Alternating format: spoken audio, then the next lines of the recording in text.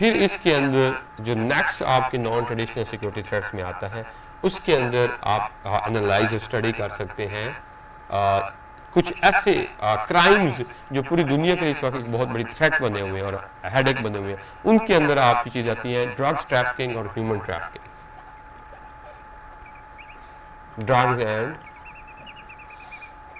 Human trafficking.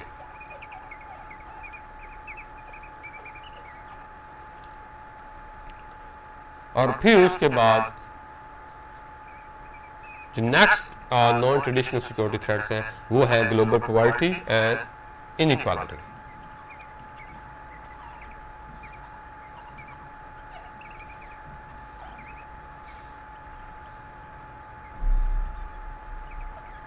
So these are some of the different kinds of non-traditional security threats. I have enlisted in front of you one by one. Let's look at and make an analysis of non-traditional security.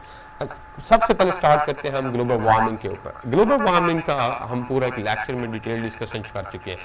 اب اگر آپ global warming کو apply کریں جو naan traditional security threat کی ہم نے definition دیکھی تھی، تو آپ کو آئیڈیا ہوگا کہ جو گلوبل وارمنگ ہے وہ نان ٹریڈیشنل سیکورٹی تھریٹ کی ڈیفینیشن کو ایبسلیوٹلی فلفل کرتی ہے، پورا کا پورا اس کے کانسیپٹ کے اوپر اترتی ہے. اب اگر آپ دیکھیں گلوبل وارمنگ تو پاکستان یا نیپال یا مالدیو یا افریقہ کے بہت سے ملک یا سری لنکا یا اس طرح کے ممالک، دنیا کے جو 70% ملک ہیں ان کا کوئی کنٹریبیوشن نہیں ہے گلوبل وارمنگ کے اندر، because they are either under develop status یا ریلیٹیولی ڈیولپنگ اسٹیٹس ہیں. وہ ڈیولپ اسٹیٹس نہیں ہے، وہاں پہ اتنی زیادہ انڈسٹریلائزیشن نہیں ہے. اگر آپ دیکھیں تو گلوبل وارمنگ کا ہم نے لیکچر کے اندر بھی ڈسکس کیا تھا، جو سب سے نیگیٹو امپیکٹ ہونے جا رہا ہے وہ ایشیا کے اوپر اور افریقہ کے اوپر ہونے جا رہا ہے، خاص طور پہ جو پاکستان جیسے ملک ہیں، ساؤتھ ایسٹ ایشیا کے انڈونیشیا ہے، پھر مالدیو جیسے آئی لینڈ اسٹیٹس ہیں.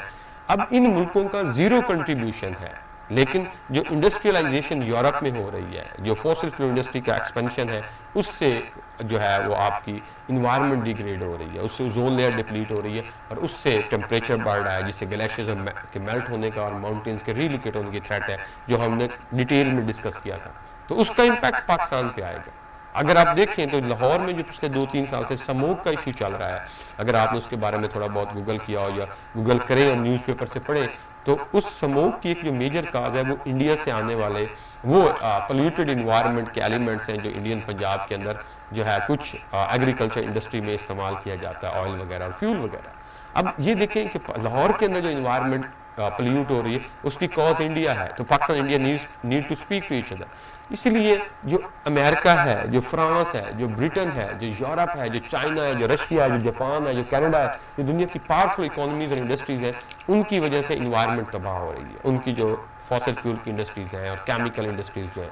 تو اس لیے اگر آپ نے انوائرمنٹ کو پروٹیکٹ کرنا ہے، فیوچر آف دا ہیومینٹی اور فیوچر آف دا پلانٹ کو پروٹیکٹ کرنا ہے، تو آپ کو ایک دوسرے سے نیگوشیٹ کرنا ہوگا. You need a global agenda, a global law to cover, protect and ensure our climate change, our environment, our global warming, to address the issue of global warming and to ensure our future and existence on this planet. اس لیے پھر ہم نے دیکھا کہ Paris کا agreement ہوا، Paris agreement کے اندر اس کے چیلنجز بھی ہم نے دیکھے. تو اب دیکھیں امریکہ، فرانس، برٹن بڑی بڑی اکنامک پاورز ہیں، ملٹری پاورز بھی ہیں، لیکن وہ اکیلے اس پرابلم کو حل نہیں کر سکتے، کیونکہ اس پرابلم کی جو کاز ہے وہ گلوبل ہے، تو اس کی سلوشن بھی گلوبل ہوگا. تو اس کے لیے آپ کو ایک گلوبل لیگل سٹرکچر بنانا پڑے گا اور گلوبل پروٹوکولز بنانے پڑیں گے. So let's look at the second non traditional security threats, جس کے اندر ٹیررزم آتا ہے، نان اسٹیٹ ایکٹرز آتے ہیں. اگر آپ دیکھیں سنس 9/11 یا وار آن ٹیرر کے بعد آپ اسٹڈی کریں تو اس وقت آپ کے سامنے دنیا کا ایک بھی ملک نہیں ہوگا جو اپنے آپ کو امیون کرے اس کے، یا it can just call it self that it is the only state which has not been affected by the terrorism. دنیا میں صرف ایک ملک ایسا تھا جس کے اندر وار آن ٹیرر کے بعد جس کے اوپر کبھی کوئی اٹیک نہیں ہوا، یہ جو ٹیررزم سے اپنے آپ کو امیون سمجھتا تھا، یا جہاں پہ ٹیررزم نہیں ہوا تھا، اور وہ نیوزی لینڈ تھا. لیکن آپ نے دیکھا کہ دسمبر 2018 میں کرائسٹ چرچ کے اندر جب ایک مسجد پہ اٹیک ہوا تو وہ ایک وائٹ ٹیررسٹ تھا، وائٹ سپریمیسسٹ تھا، اور اس نے مسلمانوں کی مسجد پہ اٹیک کیا اور وہاں پہ 50 نمازی مارے گئے. تو نیوزی لینڈ میں بھی جو ہے وہ ٹیررزم ہوا. اب یہ ٹیررزم جو ہے یہ ایک گلوبل ایشو ہے اور اس کے اندر کوئی اسٹیٹ نہیں انوالو ہے. although there is a state terrorism کچھ ملکوں کے اندر کچھ ایشوز میں جیسے کشمیر کے اندر ہے, جیسے فلسطین میں ہے, وہ اسٹیٹ ٹیررزم ہے, اس کے اوپر ہم پھر کبھی بات کریں گے. لیکن جو میجر پارٹ آف ٹیررزم ہے, it is the out come of the non state actors. اور یہ وہ ٹیررسٹ آرگنائزیشنز ہیں جو کسی اسٹیٹ کو نہیں مانتی ہیں.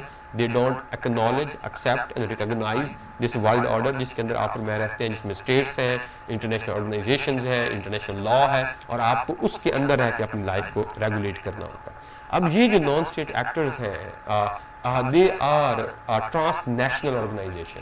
اگر آپ القاعدہ کو دیکھ لیں یا IS جس کو آپ داعش کہتے ہیں اس کو دیکھ لیں, تو اس کی جڑیں یا روٹس جو ہیں وہ پوری مسلم ورلڈ میں ہیں. ایون امریکہ اور یورپ میں بھی ہیں. اس کی بہت سی ریکروٹمنٹ یورپ سے آتی ہے, بہت سارے مسلم یورپین مسلمس کو اس نے ریکروٹ کیا, بلکہ زیادہ تر جو داعش کے ٹیررسٹ ہیں وہ یورپین نان مسلم کنٹریز سے ریکروٹ کیے گئے تھے. بہت ساری فنڈنگ امریکہ اور یورپ سے ملی ہے, اور بہت ساری فنڈنگ مسلم کنٹریز سے ملی, اور وہ ٹرانس نیشنلی آپریٹ کرتے ہیں. اب اس کے لیے اگر آپ اس کو کاؤنٹر کرنا ہے تو پھر اس میں آپ کو پاکستان کے رول کو دیکھنا ہوگا, آپ نے یورپ کے رول کو دیکھنا ہوگا, آپ نے امریکہ کے رول کو دیکھنا ہوگا. مطلب یہ ہے کہ اس کے لیے آپ کو ایک انٹرنیشنل اسٹریٹجی, ایک انٹرنیشنل لا اور ایک انٹرنیشنل میکنزم ڈیولپ کرنا ہوگا ٹیررزم کو ایلیمینیٹ کرنے کے لیے. اور آپ نے دیکھا کہ FATF جو ہے, فائنینشیل ایکشن ٹاسک فورس, اس کی جو فارمولیشن ہے یا اس کی جو کریشن ہے, اس کا آبجیکٹیو یہی تھا کہ ٹیررسٹ کی جو فائنانسنگ ہو رہی ہے اس کو کرب کیا جا سکے اور اس کو ایلیمینیٹ کیا جا سکے. اب جو نان اسٹیٹ ایکٹرز ہیں اور جو ٹیررسٹ ہیں 21st سینچری کے اندر, انہوں نے بھی بہت زیادہ سیکھا ہے ٹیکنالوجی کے استعمال کو. And perhaps more than any other state or organisation, terrorist are the greatest benefiter of technology.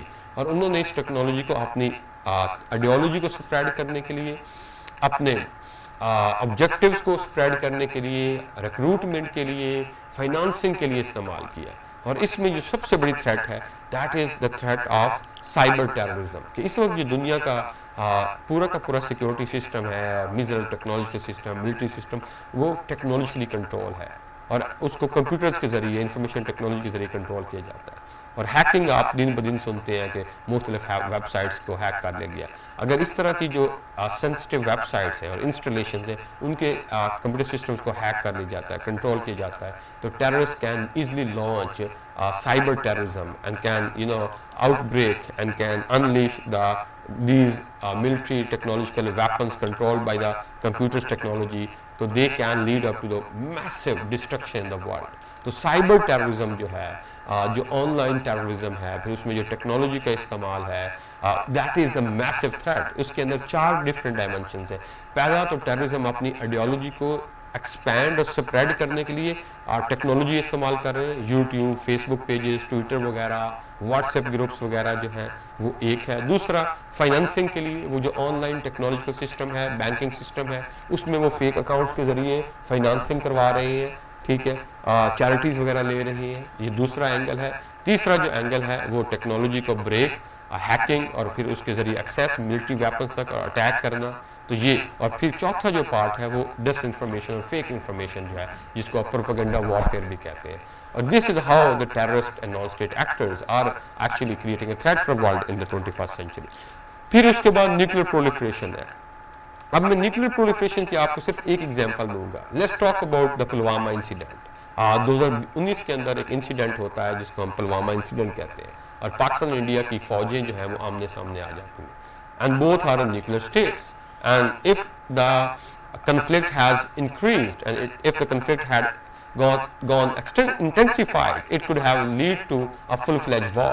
اور اگر full-fledged war اللہ نہ کرتا اسٹارٹ ہوتی تو پاکستان کو اپنے ڈیفینس کے لیے within few days nuclear weapons کو استعمال کرنا پڑ سکتا تھا, God forbids. تو اس سچویشن کے اندر, کیونکہ پاکستان اور انڈیا کے درمیان اللہ نہ کرے کبھی جنگ ہوتی ہے, تو Pakistan only has a nuclear weapon to defend itself. اب اس نیوکلیر ویپنز میں اگر پاکستان اور انڈیا صرف 4 سے 5 نیوکلیر ویپنز استعمال کرتے ہیں تو برِ صغیر کے اندر 20 ملین سے 30 ملین لوگ مارے جائیں گے ودن 5 to 7 hours.